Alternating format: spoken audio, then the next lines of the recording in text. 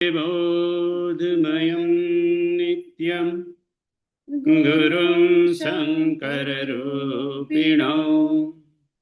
यमाश्रितो हि वक्रोऽपिः चन्द्रः सर्वत्र वन्द्यते। वन्दवगुरुपदकञ्ज कृपा सिन्धु नररूपहरि महामहतम पुंज जासु बचन रवि कर निकर जासु बचन रवि कर निकर। બધાને જય સિયારામ, પ્રણામ.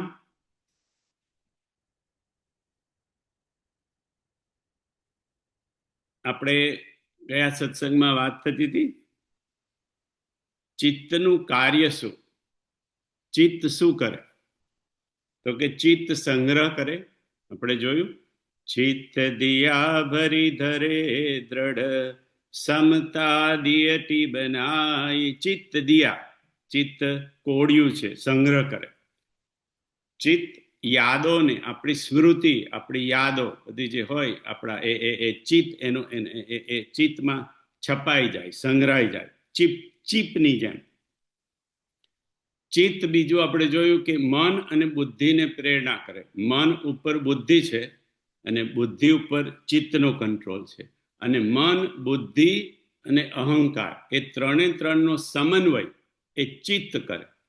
આપણા અંતઃકરણમાં જો કોઈ મુખ્ય વસ્તુ હોય તો એ ચિત્ત છે કે જે મન, બુદ્ધિ અને અહંકારનો સમન્વય કરે. આપણે એનો દાખલો પણ જોયો કે ભાઈ મનરૂપી ઘોડા છે, બુદ્ધિરૂપી લગામ છે. એટલે લગામ ઘોડાને કંટ્રોલ કરે, બુદ્ધિ મનને કંટ્રોલ કરે. અને કૃષ્ણ જે સારથી છે, હાથમાં લગામ લઈને બેઠેલા છે, એ ચિત્ત સ્વરૂપ છે. કારણ કે ઈશ્વર સત, ચિત્ત અને આનંદ સ્વરૂપ છે. એટલે અહીંયાથી આપણે ચિત્ત સ્વરૂપ એનું લઈએ તો એ ચિત્ત સ્વરૂપ એનું કૃષ્ણ બેઠેલા છે, જેમની લગામ જેમના હાથમાં છે. અને એ મન, બુદ્ધિ અને પાછળ પેલા એનું અર્જુન, એ બધાની વચ્ચે સમન્વય કરે છે. ચિત્તના કાર્યનું કોઈ પ્રમાણ, આપણે કઈ વખતે વાત થઈ કે ચિત્તનું કાર્ય, ચિત્ત કેવી રીતે કાર્ય કરે, ચિત્ત સક્રિય ક્યારે થાય, એનું કોઈ પ્રમાણ ખરું? મનનું સક્રિયતા આપણને ખબર પડે.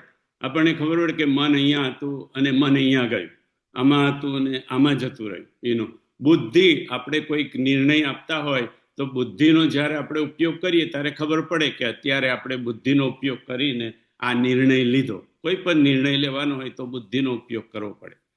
તો મનની થોડીક આપણને ખબર પડે, બુદ્ધિની થોડીક આપણને ખબર પડે. ચિત્ત એક એવો વિષય છે કે જેને સમજવો થોડો કઠિન છે. છતાં બાપુએ જે દાખલો આપ્યો હતો કે ચિત્ત સક્રિય ક્યારે થાય, કેવી રીતે થાય, ને આપણે ચિત્તને કેવી રીતે સમજી શકીએ, તો એનું ઉદાહરણ બાપુએ આપ્યું કે આપણે ગાડી ચલાવતા હોઈએ અને કોઈનો ફોન આવે, અને ફોન એવો આવે કે જેમાં કોઈ અશુભ ઘટના, દુઃખદ ઘટના થઈ હોય, કોઈનું મૃત્યુ થયું હોય કે કોઈ પણ અશુભ કોઈ એવી ઘટના થઈ હોય કે જેની આપણે કલ્પના ન કરી હોય, અને અચાનક જ આપણને એ સમાચાર મળે. તો જેવો આપણે ફોન લઈએ અને વાત કરવાની શરૂઆત કરીએ એટલે આપણું મન ફોનમાં જાય. મન હવે શું ઘટના છે એમાં જાય. હવે શું કરવું અને શું નહીં એનો બધો નિર્ણય આપણે અને સામેવાળી વ્યક્તિ લઈ ના શકતા હોય. એટલે આપણે બુદ્ધિનો ઉપયોગ કરીને એમને જુદા જુદા આઈડિયા આપીએ કે આ કરો, તે કરો, આવું કરવું જોઈએ, આપણે આવું કરવું જોઈએ, કારણ કે અચાનક ઘટના બની છે. ગાડી ચલાવવાની ચાલુ છે, આપણે ગાડી ચલાવીએ છીએ, ફોન હાથમાં છે, મન ફોનમાં ગયું છે, બુદ્ધિ કામમાં લાગી ગઈ છે, શું કરવું ને શું નહીં, અને છતાંય ગાડી ચાલે છે. થોડોક વખત જતો રહે ને આપણને ખબર પણ નથી પડતી કે કઈ એક્ઝિટ ગઈ ને શું થયું, આપણે ક્યાં હતા તે. પણ છતાંય બાપુ કે છે કે એ વખતે મન ફોનમાં છે, બુદ્ધિ બધા એમાં લાગી ગઈ છે, જુદો જુદો ઉપાય ખોળવાની અંદર. એ વખતે આપણે ગાડી ચલાવીએ છીએ ચિત્તથી. ચિત્તથી કેવી રીતે? તો આપણે જોયું કે ચિત્તમાં સ્મૃતિ છે. આપણે ગાડી ચલાવવાની રીત જે છે એ આપણી ચિત્તની ભીંતમાં, ચિત્તની ચીપમાં છપાઈ ગઈ છે. એટલે આ ચિત્ત એ વખતે સક્રિય થયું છે અને ચિત્ત આપણને ગાડી ચલાવે છે. હવે તમે જોજો કે એ સમયમાં તમે ટર્ન નહીં લઈ શકો, તમે લેન પણ નહીં બદલી શકો. જો લેન બદલવી હોય તમારે કે ટર્ન લેવો હોય તો થોડીક વખત સુધી તમારે મન અને બુદ્ધિને ફોનમાંથી બહાર કાઢવી પડે, 1-2 સેકન્ડ માટે, તો જ તમે. પણ તમારે સીધી ગાડી ચલાવવાની હોય તો એમ કે તમારું મન અને બુદ્ધિ બંને ફોનમાં હોય અને ચિત્ત તમારું સક્રિય થયું હોય. જે આપણે ગાડી ચલાવવાની રીત શીખ્યા હોય એ આપણા ચિત્તની ભીત ઉપર છપાઈ ગઈ હોય, એનો ઉપયોગ કરીને ચિત્ત, આ કે ત્યારે આપણને એક્સિડન્ટ પણ નથી થતો, પણ છતાંય આપણને ખબર નથી કે આગળ કઈ ગાડી છે, પાછળ કઈ ગાડી છે, કશું જ, અને કઈ એક્ઝિટ જાય છે એ ખબર નથી. ફોન જેવો પૂરો થયો કે આપણે કોઈને પૂછીએ, અરે આપણી એક્ઝિટ ગઈ, અને ઘણી વાર તો જતી પણ રહી હોય, કારણ કે આપણો પૂરેપૂરું મન અને બુદ્ધિ ફોનમાં એક્વિપાય થઈ ગઈ છે. અને ચિત્તથી આપણે એ વખતે ચિત્ત સક્રિય થઈને આપણે ગાડી ચલાવી છે. એવો એક એક્ઝામ્પલ બાપુએ ચિત્તની સક્રિયતાનો આપ્યો હતો. એવું કહેવાય છે કે રામજી ચિત્રકૂટ છોડીને ક્યાંય ગયા નથી. કૃષ્ણ માટે પણ એવું કહેવાય છે કે કૃષ્ણ વૃંદાવન છોડીને ક્યાંય ગયા નથી, અને રામજી ચિત્રકૂટ છોડીને ક્યાંય ગયા નથી. રામાયણમાં ચોપાય છે, રામ કથા મંદાકિની ચિત્રકૂટ ચિત ચારુ, તુલસી સુભગ સ્નેહ બન સિય રઘુવીર વિહારુ. રામ કથા મંદાકિની, રામકથાને મંદાકિની એટલે ગંગા સાથે સરખાવી. ચિત્રકૂટ ચિત ચારુ, અને ચિત્રકૂટને ચિત્ત કીધું, ચારુ સુંદર ચિત્ત છે ચિત્રકૂટ. તુલસી સુભગ સ્નેહ બન સિય રઘુવીર વ્યવહાર, જેમાં એમ કે વિહાર કરે છે સીતા અને રામજી. તો ચિત્રકૂટને અહીંયા ચિત્ત કીધું. ચિત્રકૂટ ચિત્ત ચારુ. હવે રામ એ ઈશ્વર એ સતચિત આનંદ સ્વરૂપ છે.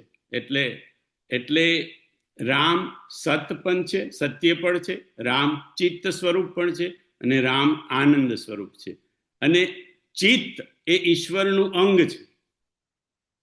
તો અહીં ચિત્ત એટલે કે ઈશ્વર પોતાના અંગને છોડીને ક્યાં જાય? કારણ કે ચિત્રકૂટ ચિત્ત ચારુ, ચિત્રકૂટ જો ચિત્ત હોય અને રામ જો સતચિત આનંદ સ્વરૂપ હોય તો ચિત્તને છોડીને ઈશ્વર ક્યાં જાય? એટલા માટે કહેવાયું કે રામ ચિત્રકૂટને છોડીને ક્યાંય ગયા નથી.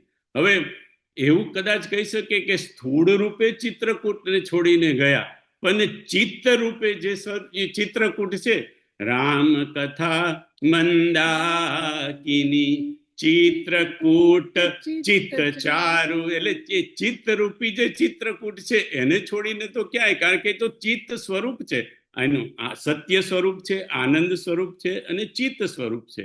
એટલા માટે કહેવાયું છે કે રામજી ચિત્રકૂટ ને છોડીને ક્યાંય ગયા નથી.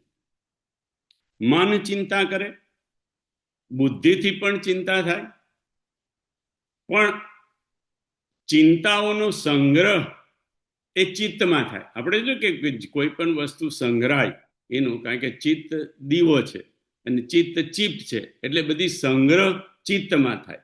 તો મન પણ ચિંતા કરે. આપણે કહીએ કે મન તું શું કરવા ચિંતા કરે છે, બુદ્ધિથી પણ ચિંતા થાય. આપણે બુદ્ધિથી બધા વિચાર કરીએ તો કોઈક ચિંતાનો વિષય બુદ્ધિમાં પણ આવી જાય. પણ એ મન અને બુદ્ધિથી થયેલો ચિંતાઓનો સંગ્રહ એ ચિત્તમાં થાય. એટલે આ બધી ચિંતાઓ ઇવેન્ચ્યુઅલી ચિત્તમાં જાય. મનથી થયેલી, બુદ્ધિથી થયેલી આ બધી, કારણ કે સંગ્રહ બધો ચિત્તમાં થાય છે. એટલે કે છે કે ચિંતાઓ ન કરવી, કારણ કે વધારે ચિંતાઓ કરશું તો ચિંતાઓનો સંગ્રહ, કારણ કે ચિત્ત તો બધું છપાઈ જાય છે ચિત્તમાં, એટલે ચિત્તમાં એનો સંગ્રહ થઈ છે, એનો થાય છે. બાપુ કે છે ચિત્ત તું સાને ચિંતા કરે, કૃષ્ણને કરવું હોય તે કરે, ચિત્ત તું શાને ચિંતા કરે, કૃષ્ણને કરવું હોય તે કરે. અને રામચરિત માનસમાં પણ ચોપાય છે, ચિંતા સાપીની કો નહીં ખાયા, કો જગ જાહીન વ્યાપી માયા. ચિત્તને સમજવું કઠિન છે, કહત કઠિન સમજત કઠિન, સાધત કઠિન વિવેક, હોહી ગુનાક્ષર ન્યાય જો પુની પ્રત્યુહ અનેક. આમ તો આપણે ઘણું બધું ચિત્તને તો સમજ્યા નથી બરાબર આપણે, પણ બાપુ કે છે આમ તો આપણે ઘણું બધું સમજ્યા નથી. બાપુ એક વખતે આઈ થિંક રતિભાઈ હતા મને લાગે એ કથામાં, કૈલાસની એનો કથામાં હતી, એમાં બાપુએ વાત કરેલી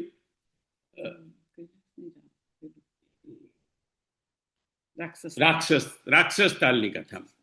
એમાં બાપુએ કીધેલું કે જગતમાં જેટલી જાણવાની વસ્તુ છે, જગતમાં આપણે જેટલું જાણવાની વસ્તુ છે એનો 1% પણ આપણે અત્યારે જાણતા નથી.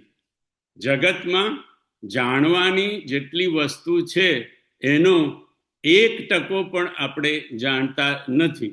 ચાલો એમ કે છૂટના થોડાક મૂકો તો ચાલો આપણે 10% સમજી ગયા એનું, તો પણ 90% વસ્તુને આપણે હજી જાણતા નથી. હવે આપણે આવું કહીએ તો આજે બધા બુદ્ધિશાળી લોકો હોય, વૈજ્ઞાનિકો હોય, સાક્ષરો હોય, એ બધાને થોડીક નવાઈ લાગે કે ભાઈ આપણે ખરેખર 1% વસ્તુ એ જાણતા નથી.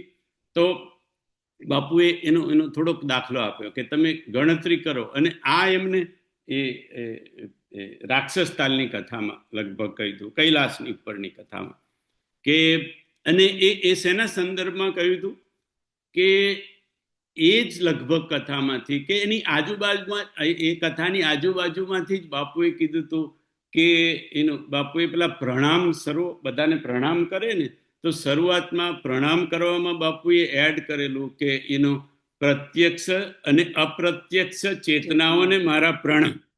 હવે એમને એ શરૂ કરેલું એટલે કોઈ બાપુને પ્રશ્ન કર્યો કે બાપુ આ તમે હમણાં રિસન્ટલી આ તમે એડ કર્યું છે કે પ્રત્યક્ષ અને અપ્રત્યક્ષ ચેતનાઓને મારા પ્રણામ. હવે અત્યારે હમણાં નથી કહેતા એ પાછું, એ વખતે થોડોક વખત સીધું એમને કહ્યું હતું કે અપ્રત્યક્ષ ચેતનાઓને પ્રણામ કેમ. એના જવાબમાં કીધેલું કે આપણે જાણવા જેવી જેટલી વસ્તુ છે એમાંથી 1% પણ અત્યારે જાણતા નથી. અને પછી એમને થોડુંક આગળ પણ કહ્યું હતું કે અત્યારે આપણે વિચાર કરો, આપણને એવું લાગે કે અત્યારે આપણે કેટલું બધું જાણીએ છીએ, આપણી પાસે તો અત્યારે ઇન્ટરનેટ છે, કોમ્પ્યુટર છે, હવે તો AI પણ આવી ગયા.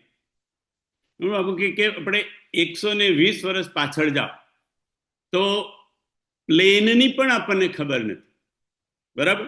120 વર્ષ પાછળ જઈએ, 122 વર્ષ પાછળ જઈએ તો આપણને પ્લેનની પણ હયાતીની ખબર નથી. અત્યારે તો આપણને નવાઈ લાગે કે અરે 120 વર્ષ પહેલા આપણને પ્લેન પણ ખબર નથી. હા, પ્લેન રામાયણમાં આવતું હતું, પુષ્પક, પણ આપણે તો એવું કે એ તો બધું હવે શાસ્ત્રોમાં તો બધું આવે એમ કે ખરેખર સાચા પ્લેનો તો આપણને 120 વર્ષ પહેલા પ્લેનની ખબર નથી.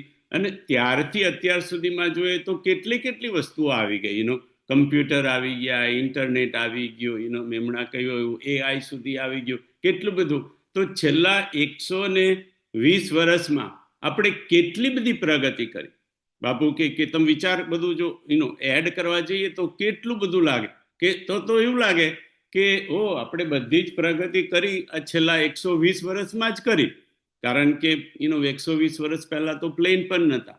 તો બીજા 120 વર્ષ આગળ જાઓ તો બીજા આગલા 120 વર્ષ પછી તો આપણને એવું લાગશે કે ભાઈ પેલા વખતે તો આપણે બહુ ઓછું જાણતા હતા, હવે તો આપણને ઉડતી કારો આવી ગઈ, હવે આ ઇલોન મસ્ક તો આપણને ક્યાં ને ક્યાં લઈ જશે, રોબોટ આવશે આપણા ઘરની અંદર બધું કામ કરવા માટે. એ પછીના બીજા 120 વર્ષમાં જાઓ, એવું કરીને દશકો ઉમેરી દો છોટુભાઈ, 1200 વર્ષ કરી દો. હવે 1200 વર્ષનો કઈ બહુ લાંબો ગાળો નથી, પણ જો દશકાના ઉમેરતા જાઓ તો 1200 વર્ષ પછી કદાચ લાગે કે ભાઈ 2025માં તો આપણે કાંઈ જાણતા નતા, જે આપણે 1200 વર્ષ પછી જાણીએ છીએ. એવી રીતે બાપુએ કીધું કે જાણવા જેવી જેટલી વસ્તુ છે એનો અત્યારે આપણે 1% પણ જાણતા નથી. એ જ શ્રેણીમાં ચિત્તનું આવે છે કે ચિત્ત એનું કહત કઠિન સમજત કઠિન સાધત કઠિન વિવેક હોહી ગુનાક્ષર ન્યાય જો પુની પ્રત્યુહ અનેક. આપણને ખાલી વહેમ જ છે કે આપણે બધું બહુ જાણીએ છીએ, કારણ કે જો 1% કરતા ઓછું અત્યારે જો જાણતા હોય, અને 1% તો કમ્બાઈન એવરીબડી, 1% નહીં છોડું ભાઈ, 1% તો એ બાપુએ એ પણ ગણાવ્યું હતું કે 1% એટલે ટોટલ જાણવા જેવું હોય. તો એમાંથી ધારો કે તમે મેડિકલ ફિલ્ડ લો તો 1%નો કેટલો 1000મો ભાગ આવે, અને એ મેડિકલ ફિલ્ડને મારા જેવો ડોક્ટર કેટલું જાણતો હોય એનું, કારણ કે એમાંય બધી 200 બ્રાન્ચ છે. એટલે એ 200 બ્રાન્ચમાં મને પૂરેપૂરું તો જ્ઞાન થોડું હોય, એટલે જરાક અમતું જ્ઞાન હોય આપણને, અને આપણને એવું લાગે કે આપણે તો કેટલું બધું જાણીએ. આપણે બહુ વહેમમાં જીવીએ છીએ, બાપુ કે છે. એક મેડમ એરપોર્ટ પર બેઠા હતા અને પ્લેન ઉપડે એની રાહ જોતા હતા. એટલે નાની એવી બેન્ચ હતી, 3 વ્યક્તિથી બેસાય એવી. એના એક ખૂણામાં એ બેન બેઠેલા, અને આ ખૂણાની અંદર એક ભાઈ પેન્ટ ને સૂટ ને એવું બધું પહેરીને બેઠેલા, અને વચ્ચે એક માણસ બેસી શકે એટલી જગ્યા ત્રીજા માણસની. પણ એ બેન, એ મેડમ, એટલે એમનું પર્સ એમને ત્યાં મૂક્યું, અને પર્સની બાજુમાં બિસ્કિટનું પેકેટ, અને એ ચોપડી વાંચતા હતા, બાપુ કહે છે. અને જમણા હાથમાં ચોપડી હતી, અને ડાબા હાથથી પેલું પર્સની બાજુમાં બિસ્કિટનું પેકેટ હતું, એમાંથી એક બિસ્કિટ લઈને મેડમ ખાય અને ચોપડી વાંચતા જાય ને બિસ્કિટ ખાતા, ટાઈમ પાસ કરતા હતા. પ્લેન ઉપડવાને હજી વાર હતી એટલે. અને બાજુમાં જે પેલા ભાઈ જે પેન્ટ ને સૂટ પહેરીને બેઠા હતા, એ પણ બિસ્કિટ ખાવા લાગ્યા, બાજુમાં બેઠેલા ભાઈ. એટલે પેલીને ગુસ્સો આવ્યો કે કે આને કઈ લાજ જેવું છે કે શરમ જેવું છે કે નહીં, એમ કે બિસ્કિટ ખાય ઠીક, હવે બિસ્કિટની તો કઈ એટલી બધી કિંમત નથી, પણ જરા પૂછવું તો જોઈએ મને કે મેડમ હું આ બિસ્કિટ ખાઈ શકું કે નહીં, હું કઈ ના થોડી પાડવાની હતી બિસ્કિટ માટે. એટલે એમ કે એવું કરીને ચોપડી વાંચતી જાય ને ખાતી જાય, અને પેલો ખાતો જાય, એક મેડમ ઉપાડે કે પેલો ઉપાડે, એવું કરતા કરતા છોડવાય છેલ્લે એક જ બિસ્કિટ રહ્યું. એટલે પેલા ભાઈએ એ બિસ્કિટના 2 કકડા કર્યા, અને એક પોતે લીધું ને એક મેડમને ઓફર કર્યું. બસ હવે તો પીતો ગયો મેડમનો. આની આટલી બધી હદ, નિર્લજતાની એ કઈ હદ હોવી જોઈએ એમ કે. એટલે મેડમ ઊભા થઈ ગયા ત્યાંથી, અને એ જ વખતે એમ કે એનાઉન્સ થયું કે ભાઈ તમારું plane is about to leave, તમે લોકો બોર્ડિંગ ચાલુ થઈ ગયું. એટલે મેડમ ગુસ્સામાં ઊભા થઈ ગયા, પેલા સામે એકદમ ગુસ્સાથી જોયું, અને પ્લેનની અંદર ગયા. અને બાપુ કહે છે કે થયું એવું કે બિઝનેસ ક્લાસમાં બેઠેલા, હવે એ બેઠેલા બેન મેડમ, એની બાજુમાં જ પેલાનું બેસવાનું આવ્યું. એટલે પેલીને તો વધારે પીતો ગયો કે ખબર નહીં મારા નસીબ ફૂટી ગયા છે કે આ પાછો નિર્લજ માણસ પાછો મારી જોડે જ આવીને બેસવાનું, તો આટલા મોટા પ્લેનની અંદર એમ કે. પણ એમ કે બેઠા ને ધુઆ પુઆ થઈ ગયા. પેલા ભાઈ તો આમ શાંતિથી બેઠા હતા, એના મોઢા પર એક એનું બાપુ કે નાનકડું સ્મિત જેવું હતું, પણ એમ કે બહુ શાંતિવાળા ભાઈ હતા. અને પછી પેલી તો ધુઆ ફુઆ થઈ ગઈ, અને એનો ગુસ્સો આવ્યો, અને મોઢું લાલચોળ થઈ ગયું, એટલે થોડો પરસેવો થઈ ગયો બેનને. એટલે કે પરસેવો લૂછવા માટે એમને રૂમાલ લેવા માટે પર્સ ખોલ્યું, અને પર્સ ખોલ્યું ત્યાં ખબર પડી કે બિસ્કિટનું પેકેટ તો એના પર્સમાં જ છે. ત્યારે એની બુદ્ધિમાં થયું, અરે મારું બિસ્કિટનું પેકેટ તો મારી પર્સમાં જ છે, તો આ તો મેં એનું ખાધું. અને અને હું પાછી ગરમ એની પર થતી હતી જેનો બિસ્કિટ મેં ખાધો, અને એ ભાઈ તો કઈ બોલ્યા નહીં. અરે એક છેલ્લું વૈધું હતું તેનોય પાછો ટુકડો કરીને એ ભાઈ મને આપતા હતા.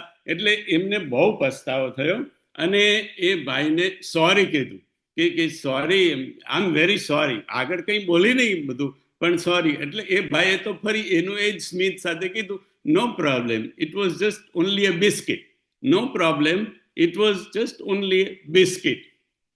પણ બાપુ કે આપણે આ જ વેમમાં છીએ.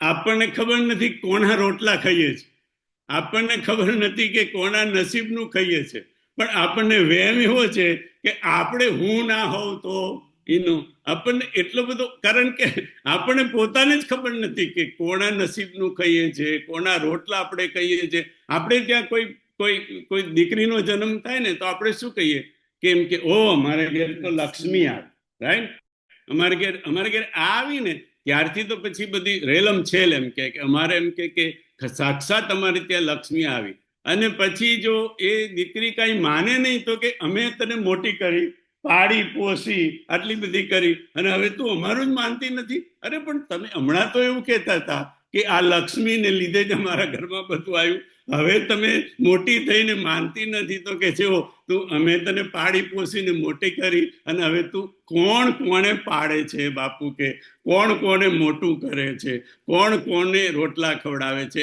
આપણને કાંઈ ખબર નથી. પણ આપણો અહંકાર છતાં હું કરું એ જય અજ્ઞાનતા, સકટનો ભાર જેમ સ્વાણતા. એમ જ્યારે આપણું ચિત્ત શુદ્ધ થાય, આપણા ચિત્તમાંથી બધા વિકારો નીકળી જાય, અહંકાર નીકળી જાય, ત્યારે આપણને ખબર પડે કે આપણે કોના રોટલા ખાઈએ છીએ, આપણે કોના બિસ્કિટ ખાઈએ છીએ. એ જ્યારે આપણું ચિત્ત શુદ્ધ થાય ત્યારે આપણને એનું ખબર પડે. એટલે આપણને હજી ઘણી બધી વસ્તુ ખબર નથી, પણ આપણે વહેમમાં છીએ કે આપણે ઘણું બધું જાણીએ છીએ. ચિત્તને સમજવાની બીજી એક વધારે કોશિશ કરીએ. રામચરિતમાનસમાં એક ચોપાઈ છે, रहतीन प्रभु चित चूक किए की, करत सुरति से बारहिए की. रहतीन प्रभु चित चूक किए की, करत सुरति से बारहिए की. એનો સીધો સાદો અર્થ એવો થાય, રહતી ન પ્રભુ ચિત્ત ચૂક કિએ કી. પ્રભુના હૃદયમાં, પ્રભુના ચિત્તમાં એના જે વ્યક્તિઓ, એના જે માણસ હોય, એમને જેને પોતાના કીધા હોય, એ પોતાનાની ચૂક, કોઈ ભૂલ ચૂક થાય તો પ્રભુના હૃદયમાં એ ચૂક રહેતી નથી, ચિત્તમાં. પણ કરત સુરતી સય બારહિએ કી, પણ એના જે સારા ગુણ હોય, સદગુણ હોય, એની સુરતિ એટલે એની સ્મૃતિ, એની યાદ પ્રભુ 100 બાર, 100 બાર ને 100 વાર ભગવાન એને યાદ કરે. કોઈકના સદગુણ હોય તો ભગવાન એને 100 વાર યાદ કરે. અને પોતાના માણસના જે અવગુણ હોય, એ ચૂક હોય, એ પ્રભુને યાદ રહેતા નથી. એ ચોપાઈના સંદર્ભમાં કીધું કે જે કરતૂતી વાલીએ કરી, એ જ કરતૂતી સુગ્રીવે કરી, અને એ જ કરતૂતી વિભીષણે કરી. તો વાલીને મૃત્યુદંડ આપ્યો, પણ પોતાના જન સુગ્રીવ અને પોતાનો જન વિભીષણ, એ બંનેને ભગવાને કાંઈ કહ્યું. જે વાલી એને તારાની સાથે એ કર્યું, વિભીષણે પછી મંદોદરી સાથે, પણ એમાં એમને કાંઈ નહીં, કારણ કે रहती न प्रभु चित चूक किए की, करत सुरति સે બારહિએ કી.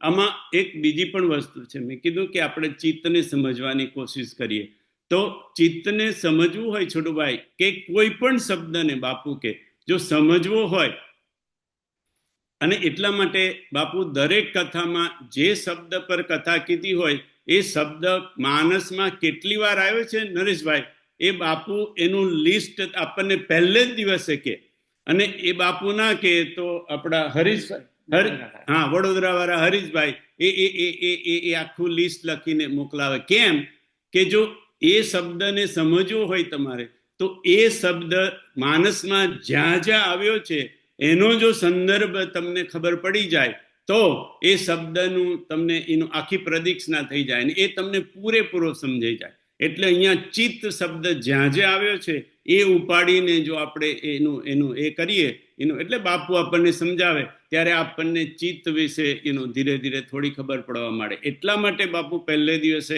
આ શબ્દ રામચરિત માનસમાં આટલી વાર આવ્યો છે એવું કે, અને બીજે જ દિવસે હરીશભાઈનું તો લિસ્ટ એની સાથે ચોપાઈઓ સાથે આવી ગયું હોય. રહતી ન પ્રભુ ચિત ચૂક કિએ કી કરત સુરતી સે બારહીએ કી. પ્રભુના જન, જેને હરિએ પોતાના જન કીધા, એની ચૂક ભગવાનને યાદ રહેતી નથી, એમની ચૂકો ભગવાન ચિત્તમાં ધરતા નથી, એની સુરતિ કરતા નથી, એટલે એની યાદ રાખતા નથી, એની સ્મૃતિ કરતા નથી. જેને ભગવાને પોતાના કયા, એમની સારી વાતો, એના સદગુણ, એની સારી કરણી જે હોય એ જ ભગવાન 100 વાર ભગવાન એને યાદ કરે છે. શું એનો મતલબ થયો? કે બીજાની ચૂકો અને બીજાની સારી વસ્તુ, સદગુણ, એનો સંગ્રહ ક્યાં થાય?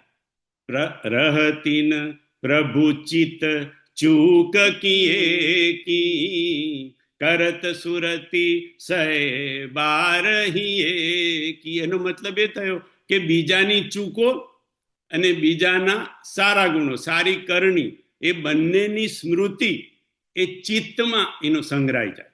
અને ભગવાન એ ચિત્તમાં રહેલી સ્મૃતિ જે ચૂક હોય એને યાદ કરતા નથી, પણ જે સારી વસ્તુ હોય એને 100 વાર યાદ કરે. ધારો કે આ રીછ વાનરોએ ભગવાનને મદદ કરી, એને લડાઈમાં મદદ કરી. હવે એ લોકો તો ખાલી મદદ એટલે શું કરતા હતા, બધું કરે ભગવાન જ કરે, બરાબર, રામ લક્ષ્મણ પણ છતાંય ભગવાને કેટલી વાર જ્યાં જ્યાં ભગવાન બધા મળે ભગવાનને, એટલે ભગવાન કે જો આમની મદદથી મેં એમ કે રાવણને માર્યો. ગુરુ મળ્યા તો ગુરુને કે છે આ બધા મારા સખા છે, આમની મદદથી મેં રાવણને માર્યો. ભરતને મળ્યા તો તે ભરત હી ભેટત સન્માને, ભરતને ભેટ્યા ત્યારે સન્માન કર્યું કે જો આ ભરત એમ કે આમને લીધે મેં રાવણને માર્યો. માતાઓને ઇન્ટ્રોડ્યુસ કર્યા તો માને પણ કે છે માં આમને લીધે એમ કે મેં આ લોકોને એમ કે માર્યા. એટલે એ કેટલી વાર ભગવાને યાદ કર્યું. આ વાનર રીછને તો ભગવાન હવે તો તમે બસ કરો, અમે તમને શું હેલ્પ કરવાના હતા, પણ ભગવાન એમની જે કઈ ચૂકો હતી એની ક્યારેય યાદ ના કરી, પણ આ મને મદદ કરી એમને, એવું કેટલા લોકોને કહ્યું. તો કેમ આટલી બધી વાર ભગવાને કહ્યું હશે કે ભાઈ આમને આટલી બધી વાર મને મદદ કરી? ભરતને કહ્યું, વશિષ્ઠજીને કહ્યું, માતાઓને કહ્યું, ઇવન રાજસભામાં પણ કહ્યું ભગવાને કે આમની મદદથી મેં એમ કે કર્યા. ભગવાન આપણને છોટુભાઈ હિન્ટ આપે છે કે જેને આપણે આપણા જન કીધા ને એની ચૂકો ના જોયા કરશો, એના સદગુણ જુઓ અને એને 100 વાર યાદ કરો. હવે બધા આપણે આપણો વિચાર કરો કે આપણે ઘરમાં શું કહીએ, છોટુભાઈ આ તું જે કરે છે ને એ મને બિલકુલ ગમતું નથી. એ કહે છે કે આ તમારી આ ટેવ છે ને એ મને બિલકુલ ગમતી નથી. આપણે લગભગ દિવસમાં 1 વાર તો કહેતા જોઈશું કે આ તું કરે છે ને એ મને બિલકુલ ગમતું નથી. પેલો કહે છે કે આ તમારી ટેવ છે ને એ મને બિલકુલ ગમતું. પણ હવે શાંતિથી વિચાર કરો, ક્યારે બેસીને આપણે કીધું આ તમે કરો છો ને બહુ સરસ કરો, કે આ તું કરે છે ને એ બહુ સરસ કરે છે? બોલો, ક્યારેય આપણને 100 વારની વાત તો બાજુ પર રહી, પણ 1 વાર નહીં, આપણે જે અવગુણ હોય ને એને આપણે કાયમ યાદ કરાવીએ. रहती न प्रभु चित चूक किए की करत सुरती 100 વાર કી. સદગુણ ને ભગવાન 100 વાર યાદ કરે, અને ચૂક હોય જેને પોતાના જણ કીધા. હવે આપણે તો પોતાના જણ છીએ ને, પણ આપણે પોતાના જણના ચૂક કાઢવા સિવાય બીજું કઈ કામ જ કરતા નથી. અને ભગવાન આપણને આ રીતે એનો થોડો ઈશારો કરે છે કે જેને તમે તમારા જણ કીધા છે, એ પછી એનો સ્પાઉસ હોય, ભાઈ બહેન હોય, મિત્ર મંડળ હોય, તમે એમને પોતાના કીધા. હવે એની ચૂકો ના જોયા કરશો. હવે એમના જે સારા ગુણ છે ને એને તમે 100 વાર કહો. ચાલો 100 વાર ના કહો, પણ 1 વાર તો દિવસમાં કહો. આપણે ક્યારેય સાંભળ્યું નહીં હોય, આ તમારી વસ્તુ મને બહુ ગમે છે, કઈ નથી ગમતી એ તો ના ભૂલવું હોય તો આપણને બધા. એટલે હું એકલું તું મારે નહીં, હું એ જ કરું છું ધંધા. ઠાકોરે એ કરે છે ને પ્રેમીલા એ કરે છે. અમારા ઘરમાં તો એવું થાય છે, તમારા બધાની અમને ખબર નથી, પણ અમારા ઘરમાં તો આ જ થાય છે. રહતી ચૂકની જ વાત કહે છે. સારા ગુણોની એક વાર થાય તોય બહુ સારું દિવસની અંદર, પણ સદગુણોનું પણ ભગવાન કેમ આપણને અને તુલસીદાસ આપણને જાગૃત કરવા માંગે છે?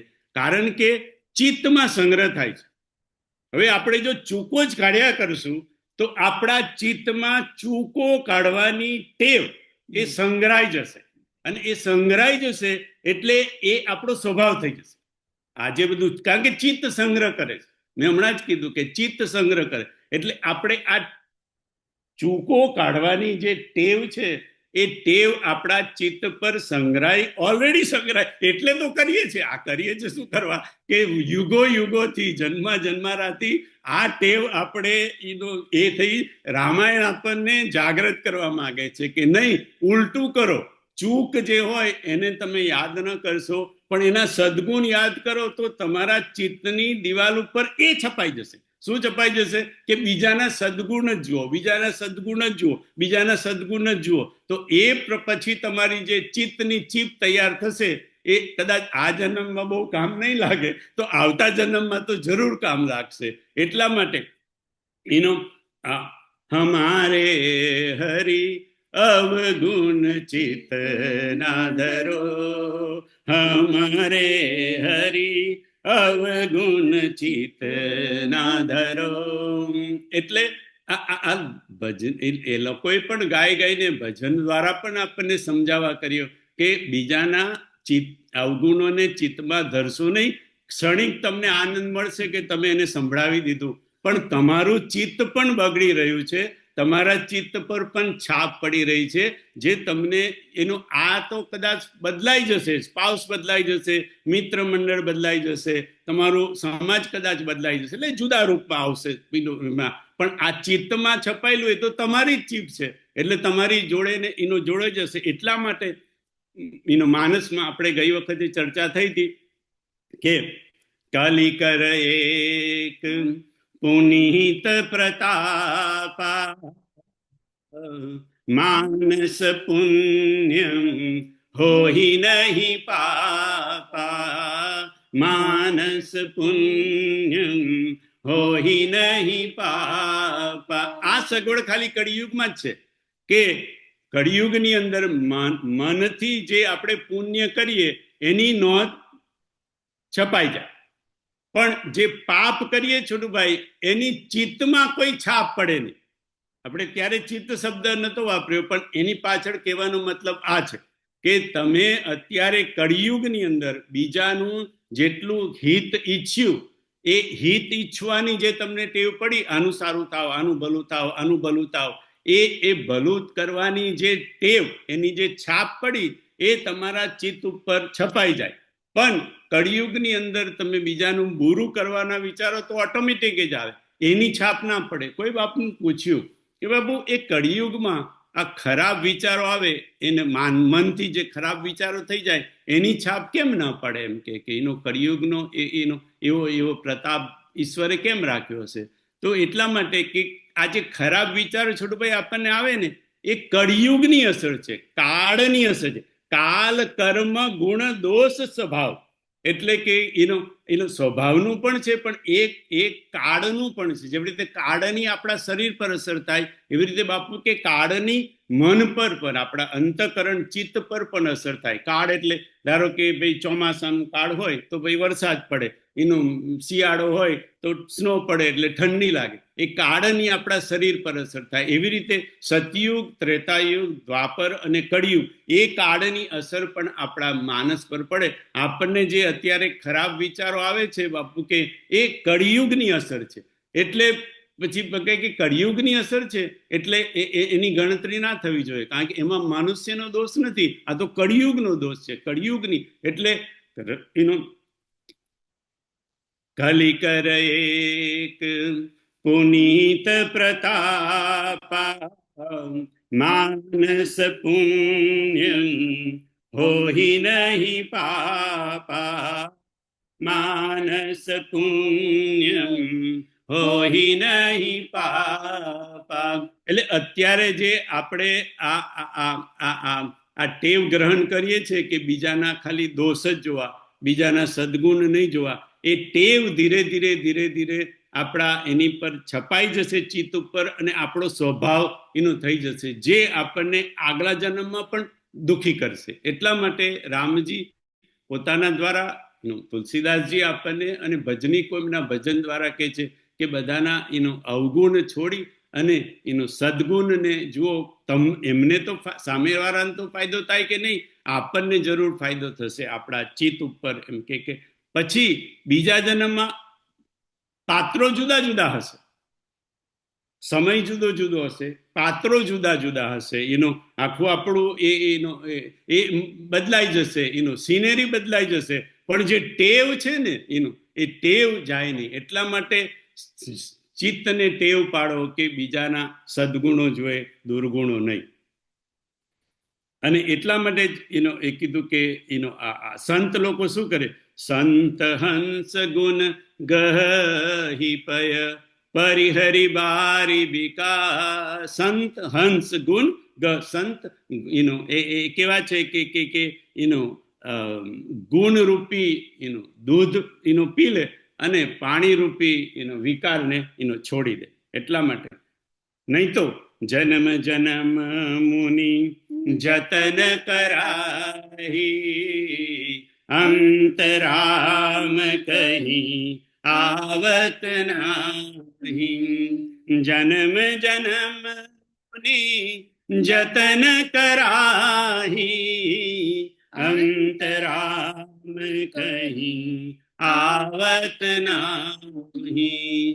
જન્મ જન્મો સુધી મુનિ યત્નો કરે તો પણ અંત કાળે રામ આવતું મોઢા પર આવતું નથી. બાપુ કે એ તો આપણી ઉદારતા છે કે દરેક ફ્યુનરલમાં આપણે કહીએ કે મારા બાપા અને મારી માં તો રામ રામ રડતા રડતા ગયા. અહીંયા તો કીધું જન્મ જન્મ મુનિ જતન કરાહી, અંતરામ કહી આવત નહીં.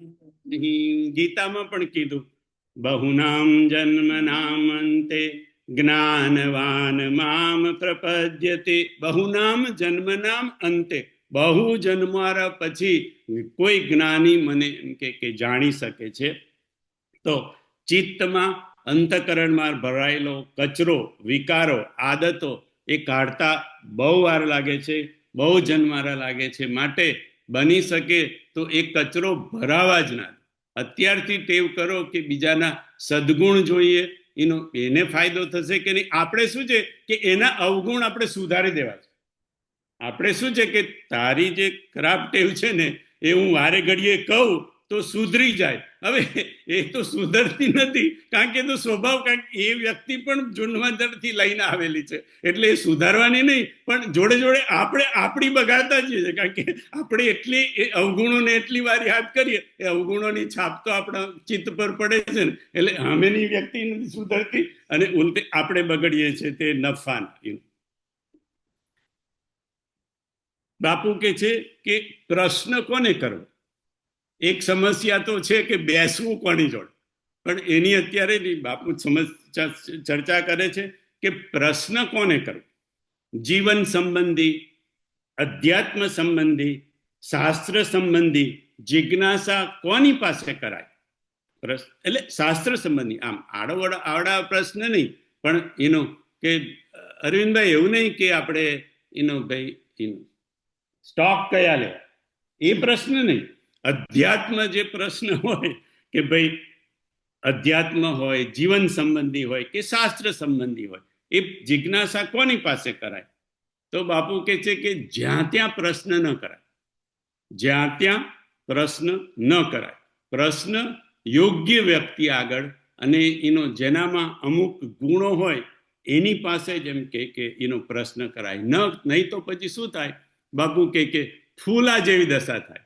હવે આ તમે બધા સાંભળ્યું હશે, પણ ફરી વાર સાંભળી લો કે બાપુ કે ફૂલા જાતા પ્રશ્ન કર્યો ને તો ફૂલા જેવી દશા થાય.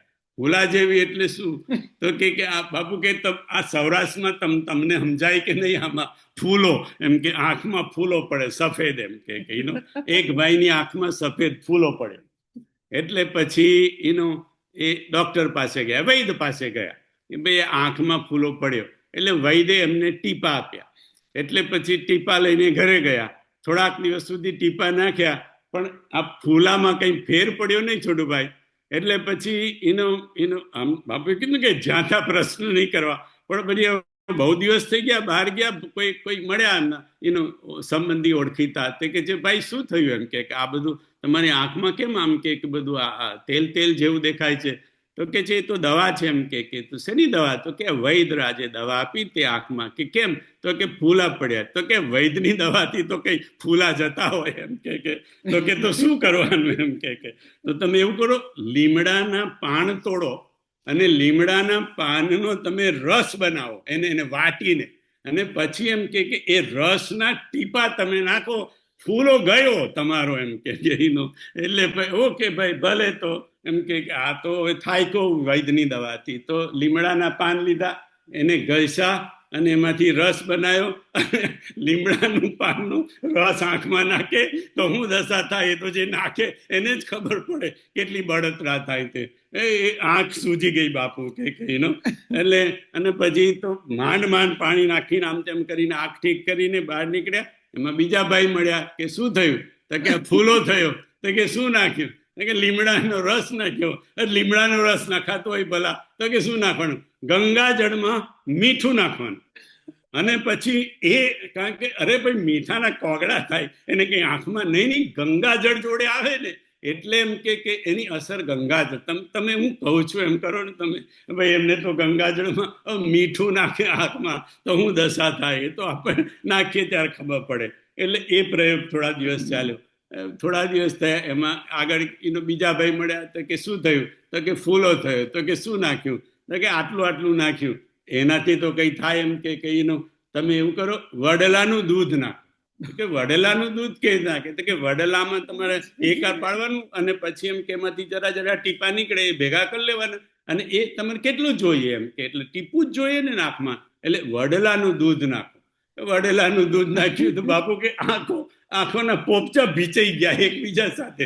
વડલાના દૂધ તો એટલું એવું આવે કે ભીચાઈ જાય પડતા. એમાં માંડ કેટલું પાણી કરીને એમ કે હરખી કરી, આંખ થોડી ખુલ્લી કરી, પાછા બહાર નીકળ્યા. બીજા ભાઈ મળ્યા. શું થયું? કે આ ફૂલો પડ્યો ને આ બધું નાખ્યું ને વડલાનું દૂધ નાખ્યું, આ માંડ પોપચા ખુલ્યા. અરે ભાઈ, દૂધની વાત બરાબર, તમે જે દૂધ કીધું ને એ તો બરાબર. વડલાનું દૂધ ના હોય, આંકડાનું દૂધ નાખવાનું હોય. અરે એમ કે તમને ખોટું કીધું કે તમે ખોટું સાંભળ્યું હશે. એમ કે દૂધની વાત બરાબર, પણ આંકડાનું દૂધ નાખવાનું. ભાઈ આંકડાનું દૂધ નાખ્યું બાબુ કે આંખ ગઈ. એટલે કે જઈ પ્રશ્ન નહીં કરવાના, પ્રશ્ન યોગ્ય વ્યક્તિને કરવાના.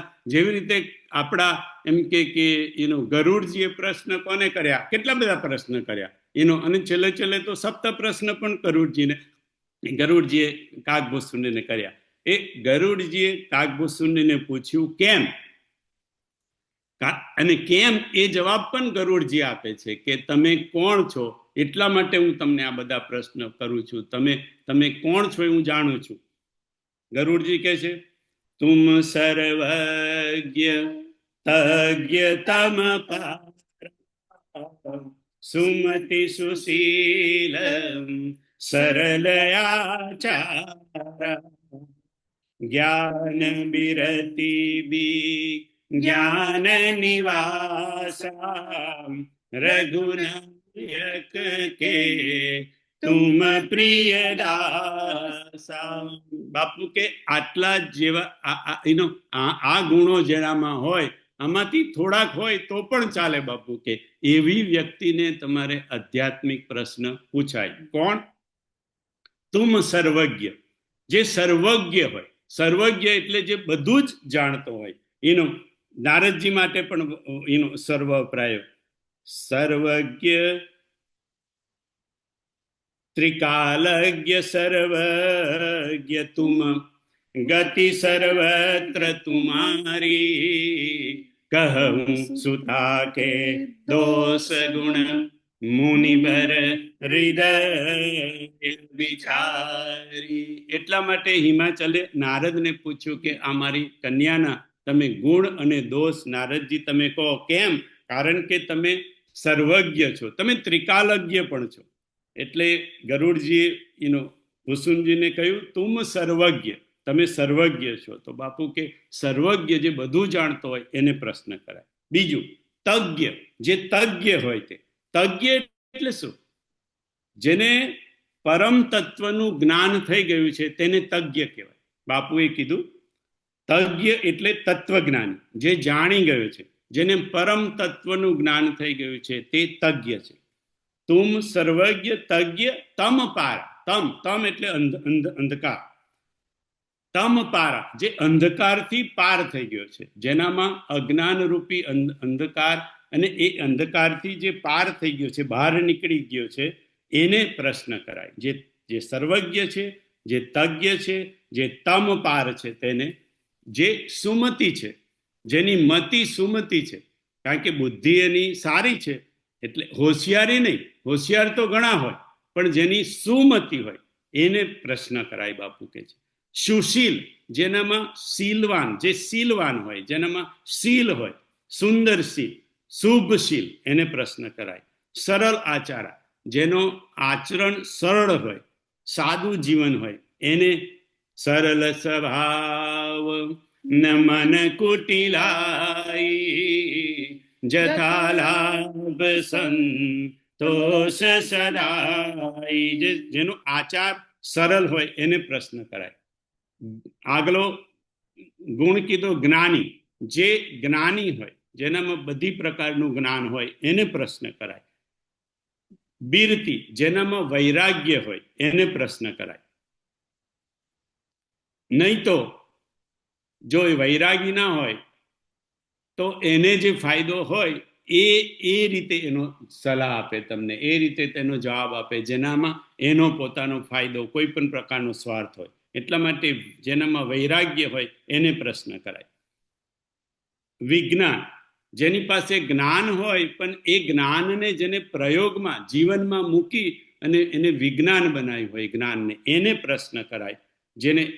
જેનું આચરણ એનું શુદ્ધ હોય, પવિત્ર હોય. અને આ બધા જ ગુણો હોવા છતાં જે રઘુનાયક કે તુમ પ્રિય દાસા, આટલા બધા ગુણો હોવા છતાં જે ભગવાનનો, રઘુનાથનો દાસ હોય એવા વ્યક્તિને, એનો જે હરિનો જન હોય એવી લક્ષણવાળી વ્યક્તિને એનો પ્રશ્ન કરાય. કોઈ સાધુને પ્રશ્ન કરાય, કોઈ સંત પાસે જઈને પ્રશ્ન કરાય, અરે સજ્જન પાસે પણ પ્રશ્ન કરાય, કોઈ બુદ્ધ પુરુષ અથવા તો સદગુરુ એની પાસે જઈને જિજ્ઞાસા કરાય, એનો પ્રશ્ન કરાય. આગળ બાપુએ પાદુકા મહિમા જણાવતા જણાવ્યું, પ્રભુ કરી કૃપા પાવરી દીની સાદર ભરત શીશ ધરી લીની ચરણ પીઠ કરું નાનિધાન કે જન જુગ જાનિક પ્રજા પ્રાણ કે સંપુટ ભરત स्नेह रतन के आकर जुग जनु जीव जतन के कुल कपाट कर कुशल कर्म के विमल नयन से वासुधर्म के भरत मुदित लंब लहे ते अस सुख जस सिय राम रहे ते अस सुख जस सिय રામ રહે તે. બાપુએ પછી પાદુકા મહિમા, આપણે પ્રસંગ જાણીએ છીએ કે એનો ભરતજીને ભગવાને પાદુકા આપી, એ પાદુકાના પ્રસંગનું પાદુકા મહિમાનું ગાન થોડુંક માનસ કોટેશ્વરમાં કર્યું હતું. નરેશભાઈ, માનસ કોટેશ્વરમાં બાપુએ એટલી બધી વસ્તુને એ કરી દીધી. એટલા માટે જ્યારે આપણે નક્કી કરતા હતા ત્યારે મને થયું કે એક જ કથામાં આટલી બધી વસ્તુ બાપુએ પીરસી દીધી છે. તો પાદુકાનો મહિમા જે ગાયો માનસ કોટેશ્વરમાં, એનું ગાન આપણે આવતા ગુરુવારે બધા ભેગા થઈને કરીશું. બધાને જય સિયારામ, પ્રણામ.